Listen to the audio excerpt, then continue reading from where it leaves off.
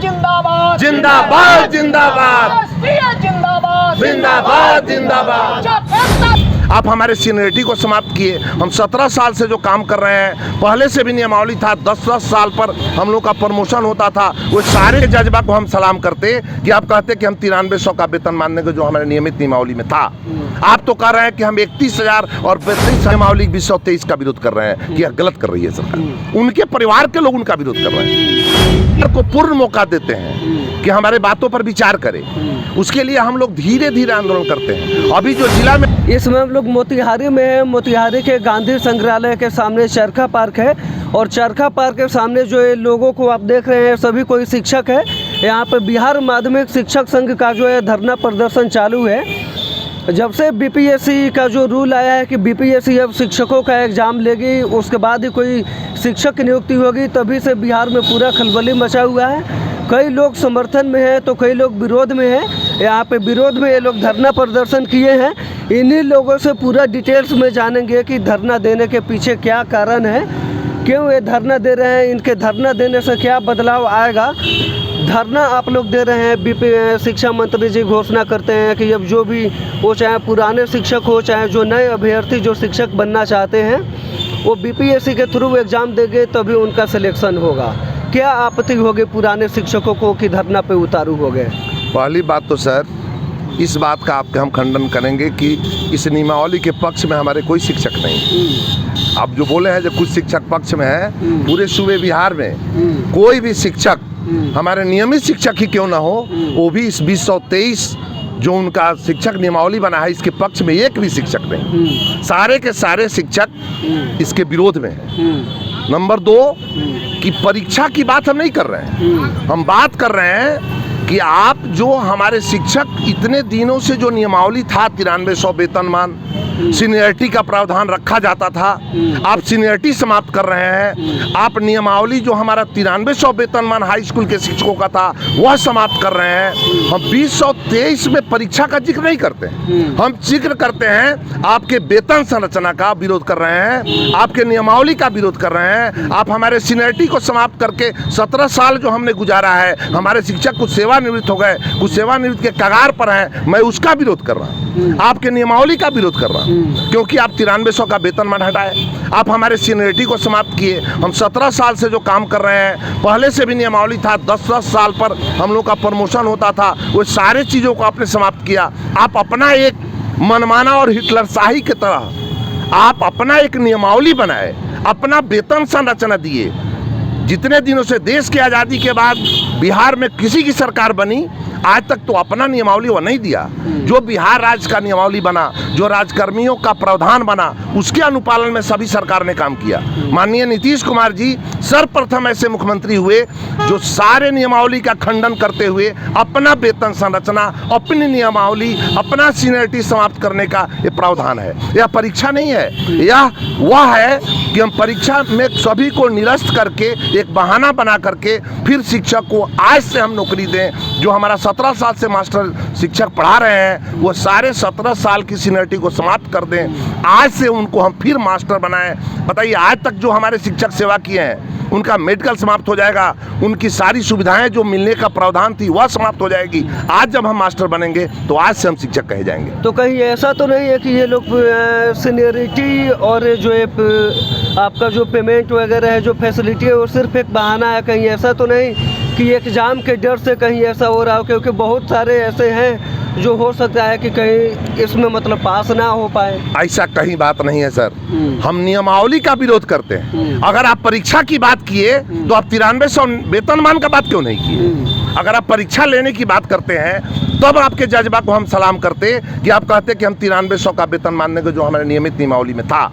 आप तो कह रहे हैं कि हम 31,000 और 32,000 का एक सगुफा छोड़ करके और नए नियमावली के तहत हम बनाएंगे। ये तो कहीं का कोई बात नहीं हुआ।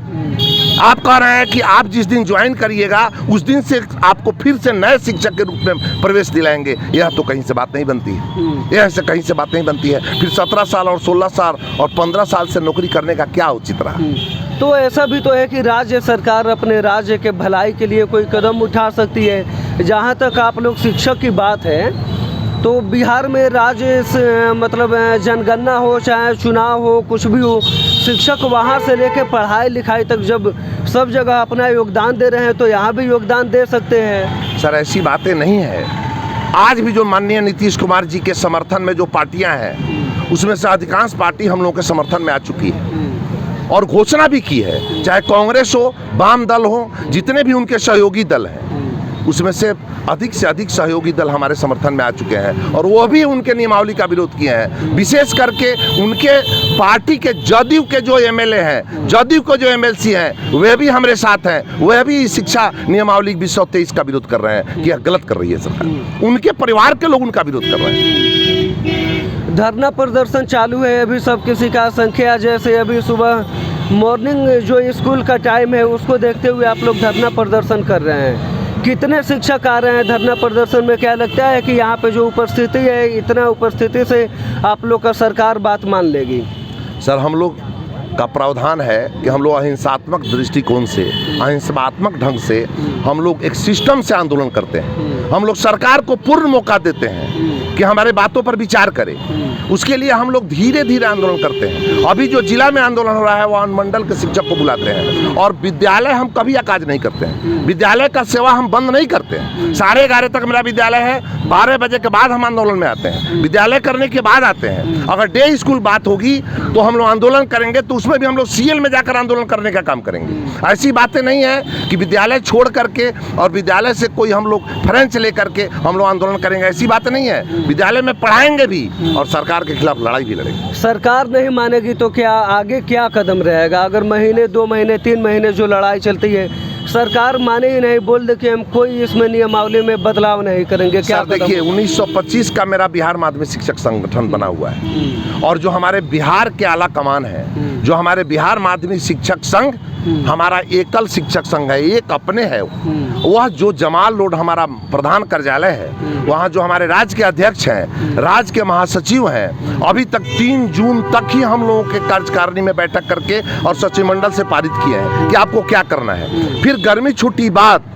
जैसा निर्णय वो देंगे उसी के अनुपालन में हम लोग काम करते हैं। हम लोग जिला से कोई नियमावली नहीं बनाते हैं, वही हम लोग को पूरे सूबे बिहार में 38 जिला में वही कार्यक्रम चलता है जो हमारा बिहार जमाल रोड का राज्य अध्यक्ष, राज्य संघ और राज्य कार्यकारिणी और सचिव मंडल के द्वारा निर्णय लिया जाता है। क्या लगता है कि सरकार आप लोग का फैसला मान लेगी, मानेगी ही? क्या ऐसा मतलब विश्वास है आप लोग को? सर इतना ना गलत सरकार यह नियमावली बनाई है कि वो मानने के लिए बात हो जाएगी। जनता भी हमारी साथ देगी, उनके नेता भी हमारे साथ देंगे, शिक्षक तो हमारे साथ हैं ही, और जब उनके घर के लोग ही उनके नियमावली का विरोध कर रहा है तो फिर उनको समझिए जाना चाहिए कि यह नियमावली कैसा बना हुआ है। इसलिए हम लोग निश्चिंत हैं कि सरकार को पीछे हटना होगा और जब तक नहीं हटेगी सरकार, हमारा बिहार माध्यमिक शिक्षक संघ झुकने वाला नहीं है। सरकार को इस नियमावली को रद्द करना ही होगा। पूर्व में भी ऐसे बहुत सारी शिक्षक का हो चाहे कोई भी विद्यार्थी अभ्यर्थी का हो, एग्ज़ाम को लेके पटना में बहुत सारा धरना प्रदर्शन हुआ है। यहाँ से जो आप लोग का जिले के तरफ से जो हो रहा है, धरना हो रहा है, जिले में धरना हो रहा है, अगर जिले से बात नहीं मानी, पटना गए, पटना में धरना प्रदर्शन करते टाइम कुछ होता है तब भी क्या धरना चालू रहेगा? देखिए यह जो धारणा हो रहा है यह बिहार माध्यमिक शिक्षक संघ जमाल रोड के निर्देश पे हो रहा है और जमाल रोड यानी पटना में जो राज्य जो हमारा संघ है वह जो निर्णय लेती है उसके आलोक में जिला इकाई अपने काम करती है। आपने कहा है कि धारणा कार्य, वह निर्णय राज्य संघ करेगी, हम इसके लिए स्वतंत्र नहीं। वहाँ से जो फरमान जारी होगा हम उसको अनुपालन यहाँ जिला में कराएंगे। मैं ज़िले का जिला सचिव हूँ और ये हमारे कार्य समिति के लोग और हमारे शिक्षक बैठे हुए हैं, तो वहाँ से जो आदेश होगा उसका हम अनुपालन कराएंगे। सरकारी स्कूल का जो व्यवस्था का देख लिया जाए तो कई जगह से बहुत सारा वीडियो आता है।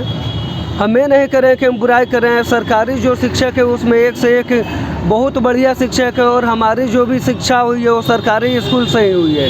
यहाँ जो बात करें सरकारी स्कूल का ही देने, क्या लगता है कि अगर मान लीजिए सरकार नहीं मानती है, एकदम अपना मतलब बोल दे कि हम नहीं मानेंगे, एग्ज़ाम देना ही पड़ेगा, अगर आप लोग एग्ज़ाम देते हैं, जो भी सरकारी शिक्षक हैं 100% में से कितने सरकारी शिक्षक, जैसे आप लोग को पता होगा कि आपके स्कूल में जो भी शिक्षक है या छात्र वगैरह हैं, उनकी जो पढ़ाई देखते हुए या उनको जो पढ़ाने का तरीका देखते हुए कितने प्रतिशत तक इस एग्ज़ाम में पास होंगे?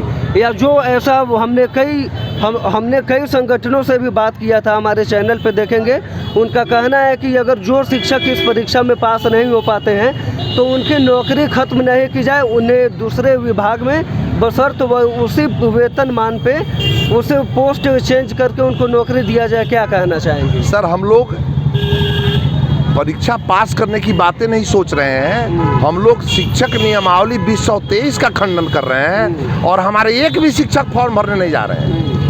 परीक्षा होगी ही नहीं, हमारे शिक्षक कोई फॉर्म नहीं भरेंगे।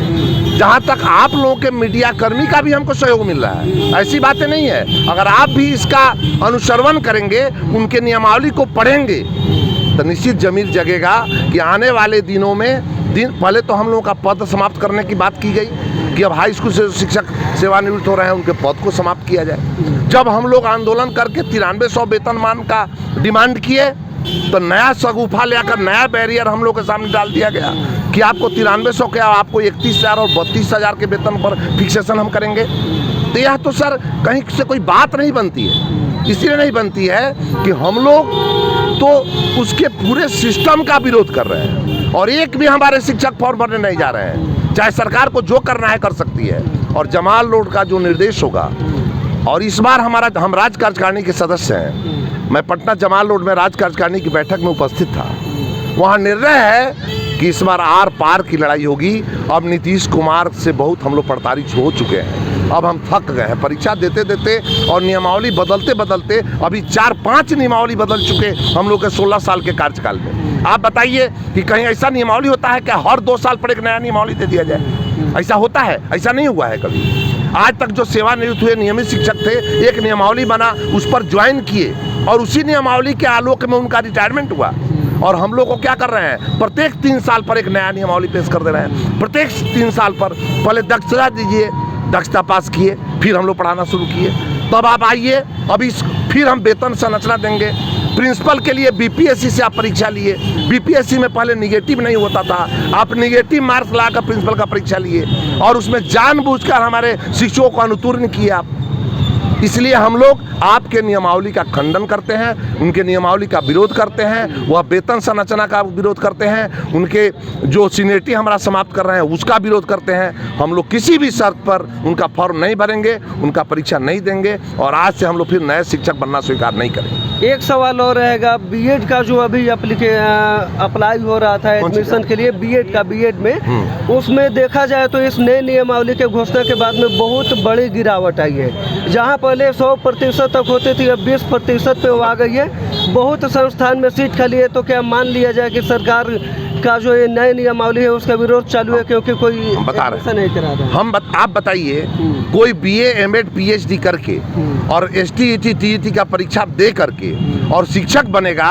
अब आने वाले जो शिक्षक होंगे, आने वाले जो मेरिटोरियस विद्यार्थी होंगे, इनके नियमावली चेंज करने से वह भी प्रताड़ित हो रहे हैं और वह डर रहे हैं अब शिक्षक बनने से।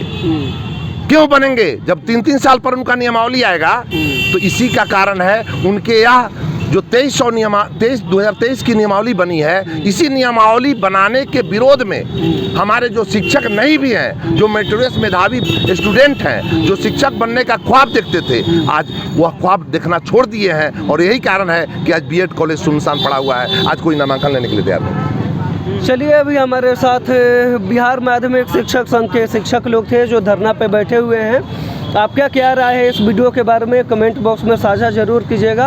आप सत्याग्रह टाइम्स देख रहे थे, मैं हूं साधु पांडे। बहुत जिंदाबाद जिंदाबाद बीएसपी जिंदाबाद जिंदाबाद जिंदाबाद जिंदाबाद जिंदाबाद जिंदाबाद एकता जिंदाबाद जिंदाबाद जिंदाबाद।